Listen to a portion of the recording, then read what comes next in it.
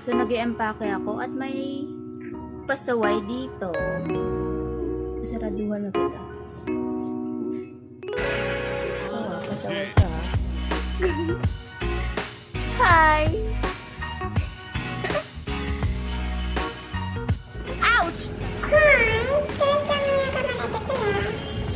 Gusto nakabang sila pero o sila ya.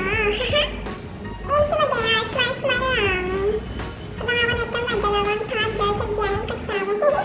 Ay kahit sumikat na ang araw at alam na siya sinusupat na ng aking pasyensya ng flight. Ayun, may pagsapang may sarili na po at sana all. Ikaw, Ika?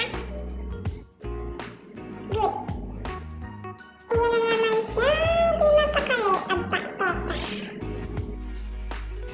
Gusto lang pala lumabas. Nakakapagod din pala. May toddler pang traveler. Pagmumukha mo, ay, stress na ako. Oops, may isang toddler pa pala ako dito. Napagod na ako sa ito. Bihim ka na ha.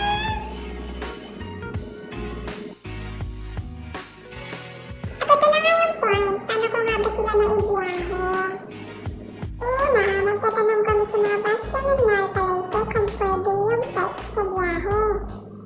Yung iba, madami pa ninahanap sa mga vaccine cards. Kaso purara ako. Sorry na mga toddlers ko. Eh, wala ko mga record nyo. Di talaga ako qualified maging nanay. At sayang, sa siyang naman, walang requirement na iba. Only the travel pass. Sarap naman ang tulong magpasaway na yan. Nag-i-reserve na siya para magpasaway ulit later.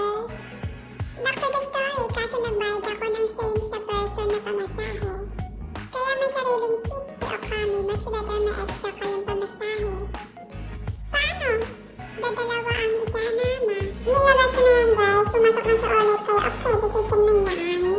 Huwag kang ganyan Okami, mukha kang kinakawawa. Itong secret sa hindi ko sure kung ano na namang binabalak. Ayun, gusto pa lang mga pitbahay.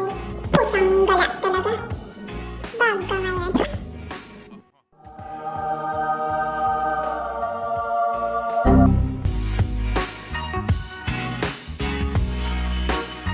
Two 2,000 years later.